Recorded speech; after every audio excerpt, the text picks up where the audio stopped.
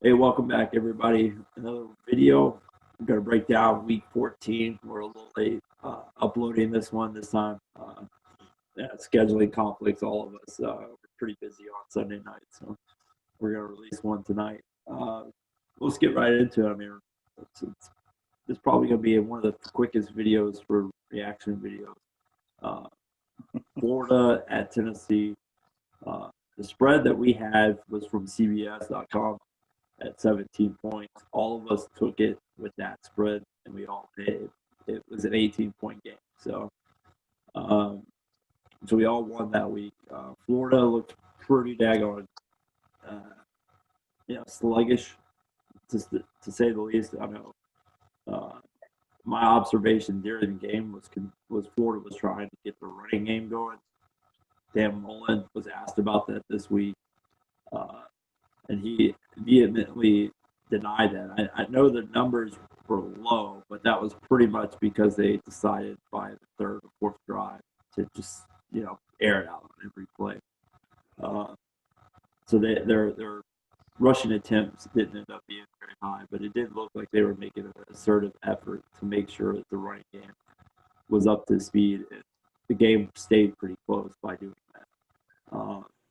Florida broke open, you know, I think only once in the entire season, Florida has not gotten the ball at halftime. Every other time they've gotten it, and all but one time that they've gotten the ball at halftime, have they not scored on their final possession and their first possession after that. So that's, 14-point swing in most cases. That's pretty impressive, and that's how you put teams away in a lot of these games, and that's what Florida's been able to do. Kyle Trask had a B plus performance by Aaron Murray. Uh, he threw for 400 yards, had 4 touchdowns. If that's a B plus, I'll take it every day of the week. Give me a B average. Uh, Not much. The one thing I will mention is not much Kyle Pitts this week. Tennessee really made an assertive effort to be physical with him off of the in that 5 yard mark. So they kind of took him out of a lot of plays and really made an effort to double team him, make sure that they didn't get beat by Pitts, and it clearly didn't work out for him. Anybody else catch this game? Go ahead, Matt. Uh, no, I unfortunately didn't catch this game. I did read. I was looking at Twitter and looking at Justin's tweets, so I just got the I got the game plan from that. Like Justin said, looked like Florida was really trying to insert the run game a lot in this game. And was it just not working well, Justin, or like No. No, not at all. And particularly the way where they were running the ball too. They try to run on the right side of the line, their weakest spot. So it was like they were trying to shore up their two biggest deficiencies, and it just was clearly it doesn't work to make an assertive effort to run the ball. So Florida definitely needs to do what they're good at and then sprinkle it very slightly some of those other aspects. Yeah.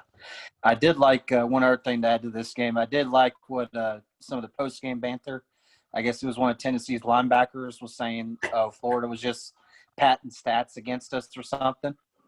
But I mean, to react to that, I mean, if you're going to whine about that, why don't you actually freaking stop him then? And don't cry about it. So I saw that. That was like the most embarrassing thing I've ever heard in my life. It's one thing for a fan to say that the other team is padding stats, but it's another thing for the actual defensive player on the field to say they're padding stats. It's like, what are you talking about, dude? Like, that doesn't look good on you. Yeah. Oh man, Casey, did you catch much of this?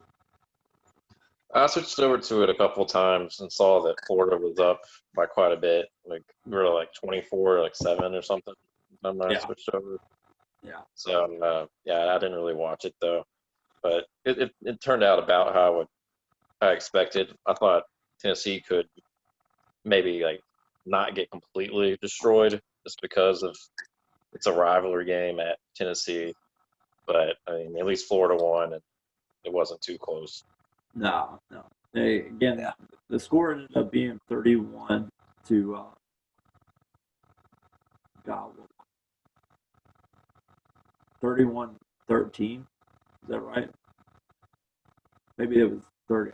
I can't remember. It ended up being 18 points. So it would be 31-13 in that scenario. But I think Florida ended up with like 34-16 because it was on there at the end. Tennessee missed a couple. No, yeah, it was 38 to 38 to 20. I got. Shows you how much you remember about the previous game, and that's just the story of Tennessee, Florida. To be honest with you, I mean, other than a couple miracle finishes by Florida, it's really forgettable. I couldn't tell you a play that happened last year, college transfers to Tennessee. It's just the nature of where Tennessee is nowadays, particularly under Jeremy Pruitt. But we'll move right along. Did anybody get to see the bloodbath that was Alabama at LSU? No. I saw some of it. Oh my God, Matt, you missed a hilarious. Like, it was one thing that Alabama was just like.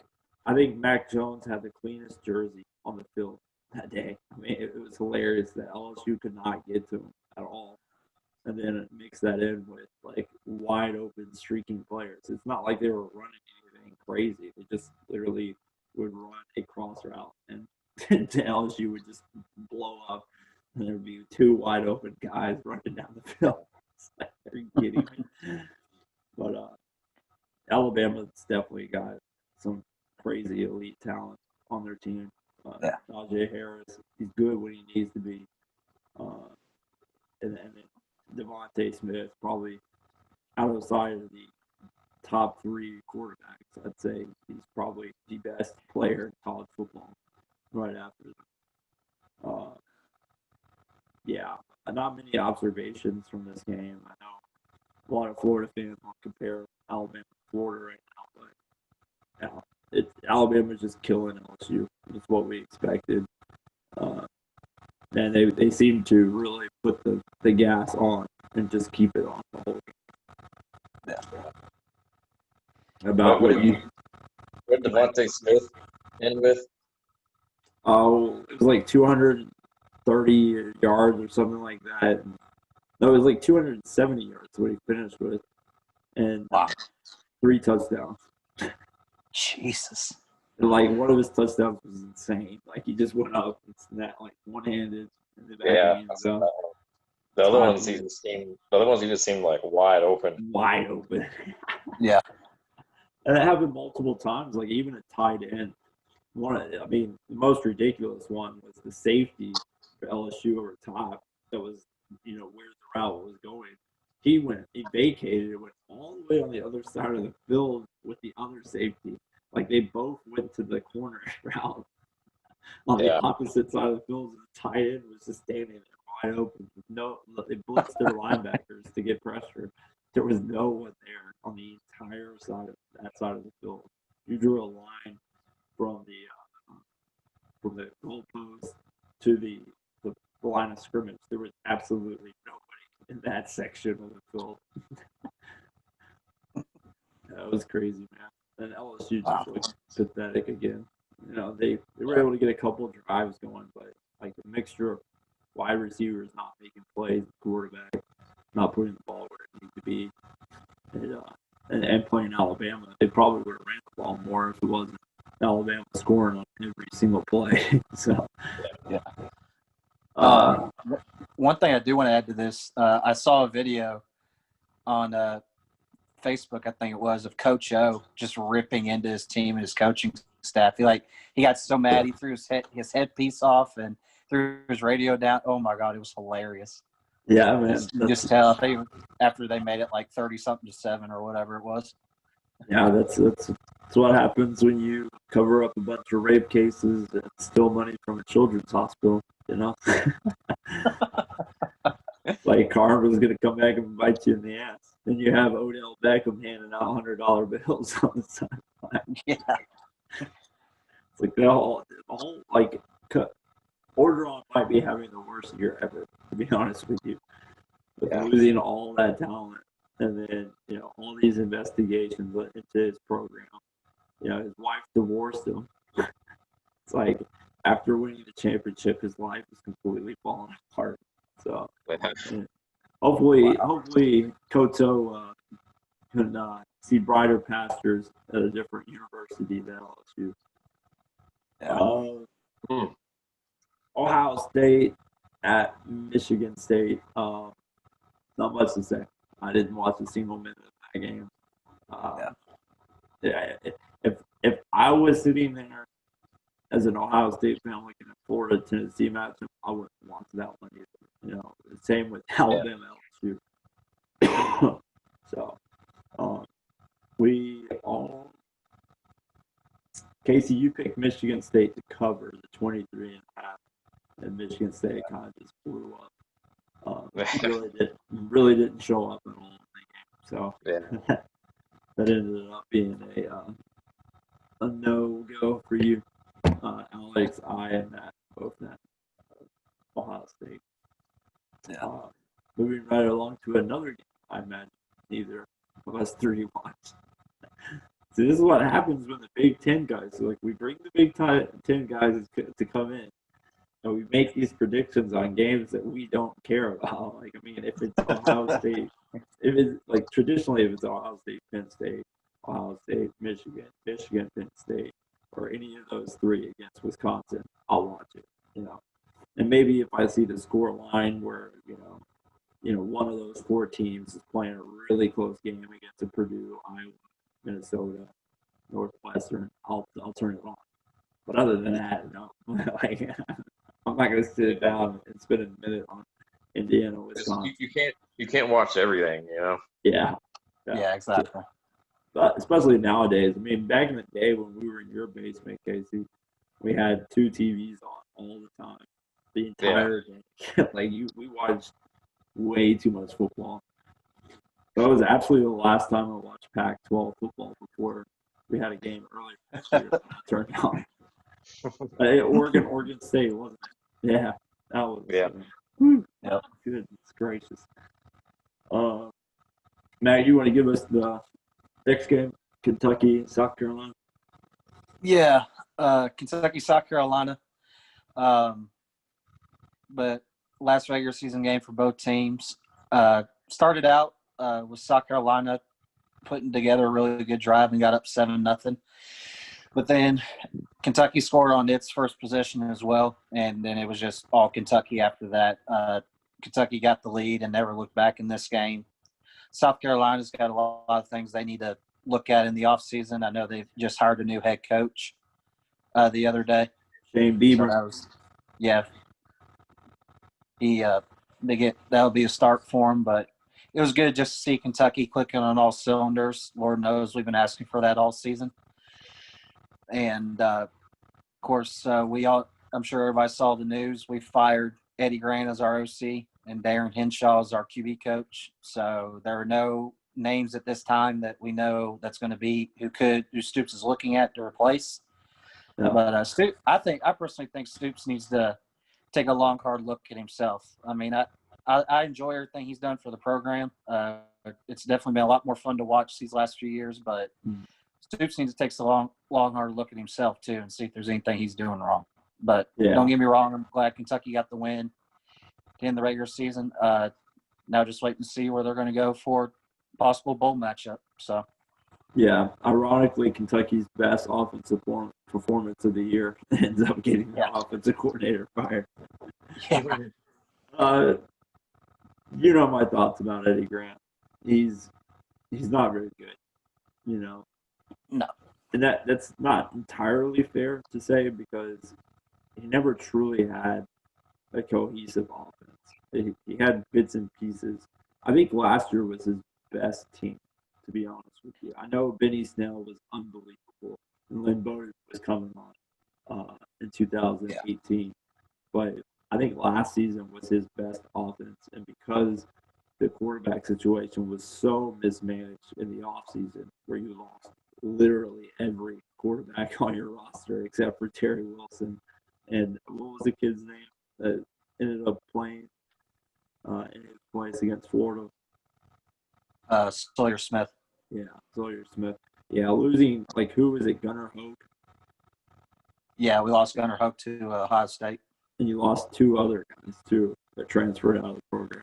Like, I remember Yeah, they transferred out of the program. I'm not sure where they went, but yeah. So the quarterback coach for sure should have been fired because of how ridiculous that that room never improved. One and two lost all those players. Yeah. And then bringing in Joey Gatewood, I know Casey could talk about this a lot more than I could. Was never going to fix the problems that Kentucky had. Yeah. It was going to highlight Kentucky's strengths, but it never worked out that way. Right. Yeah, I loved Kentucky's performance in that game, though. It was easy for Kentucky to just kind of roll over a little bit. They've been reeling from two huge matchups against Alabama and Florida, being short-handed. But we saw what Christian Rodriguez can do to a team. Oh, yeah. Guy's a big beast. time.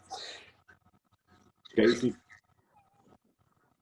Yeah, they had no answer for Chris Rodriguez, and South Carolina had a lot more injuries and opt-outs than I realized. Like, they basically had nobody except for that running back who was pretty good. Yeah. But that's pretty much – I mean, if it was South Carolina earlier in the year, this probably would have been a good game. Yeah. But now, like, South Carolina is probably worse than Vanderbilt. They're, I think, by far the worst team in the SEC right now. Yeah. Talent-wise, I would definitely agree with you there. Except for a kicker. You might have a better kicker than the one in Vanderbilt. Their running back's good, though. What's his name? You remember? Who had something South Carolina? Harris. Yeah. Something it's Harris. Yeah. Yeah, he had about 200 yards against Florida. He was the only offense they had. Like, it was. He had a crazy game against Ole Miss too. Yeah. He had like 5 touchdowns and like 300 yards or something like that. Yeah. That was the beginning of the end for Muschamp right there. Yeah. Yeah, you fix the offense for a week, and then and then you turn around and you can't even stop South Carolina at all, or you can't stop this at all, which not many teams in the SEC have. But then to follow that up with LSU doing the exact same thing, but not putting any points on the board, that was a wrap for him. Okay, so you want to give us that final game of the week? Yep. Number 5 Texas A&M at Auburn. So this was a good game until the fourth quarter. Auburn was never able to stop stop A&M's offense. A&M basically ran the ball. Like, they were getting like 20 yards a clip at one point. And I think they averaged like 9 yards a carry or something that game. And then they were able to throw it when they needed to. It converted on third downs. And Bo Nix was making it a back and forth game by just running the ball pretty much. Yeah.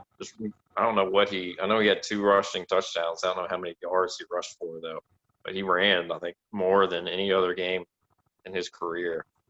Then it was the third quarter, and A&M was driving, and then Kellen Mond threw it, and it hit linebacker Zakoby McClain right in the hands and bounced into the tight end for Texas A&M for a touchdown, and then that was pretty much game at that point. Auburn's offense just sputtered. Yeah, it was a little microcosm of how Auburn's season has kind of gone this year. The ups and downs in one game. Bo Nix played so confident. Like, he's without a doubt one of the most confident quarterbacks in the SEC. The only problem is that he just does not have the accuracy at all. Like, he does not get set. He doesn't see the field very well. And even when he missed the guy. He missed the guy wide open on a wheel route. I think it was the first quarter. Yeah. and numerous times where he skipped one off of the ground before it got to the receiver. Yeah. It's painful I to watch. I did like his play there. I can't remember what quarter it was in, where it looked like he was sacked by like 3 guys, but they just pulled a Houdini, ran out of it, and they completed it for a touchdown. That was crazy. Yeah, that That's was probably one of the best plays of the year, honestly. Yeah, of any game I've watched this year, absolutely. You don't like the fumble recovery for a touchdown week 1 on that. What game was that? Week 1 for Auburn against Kentucky. Was it a pick 6 or was it a fumble recovery for a touchdown? Can you guys hear me right now? Yeah, you froze up for a minute. Yeah, you did. Wow. I was sitting there talking to myself. I was just mentioning that Kentucky Auburn game where Terry Wilson, I can't remember, or Christian Rodriguez, or no, Rose fumbled the ball at the goal line, and Auburn ran it all the way back. Oh, that was a pick. Yeah, That was a pick 6. Yeah. Yeah. After they If missed the play would have touchdown stood, for Rodriguez. if the play would have stood, was it really? Yeah, because the play Okay, before that, Rodriguez was over the goal line. They didn't call it. And then the next play, Auburn runs it all the way back for a pick 6, but they get called for illegal blocking the back or targeting or something. Yeah, I'm getting that mixed up slightly with the fumble at the goal line against Ole Miss. Yeah, right when he after fumbled the goal. throwing AJ Rose had the fumble at the goal line against Ole Miss. Yeah. the deuces, and then Yeah. the very next play, he fumbles the ball at the goal line. So. Yep. All right, that will do it for this week. Let's. I definitely want to talk about some of the other games. So, the games that we weren't covered, particularly the game that we definitely weren't going to be able to cover on Tuesday video because they rescheduled the game on Thursday. BYU. Huh? Yeah. BYU. Coastal Carolina. Man. Coastal Carolina.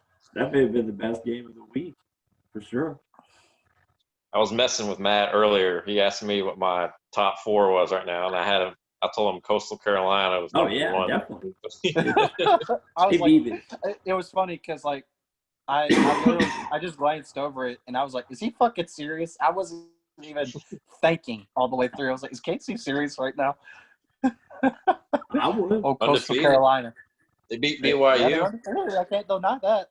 I mean, look around. Ohio State's best win was against a 13th ranked team,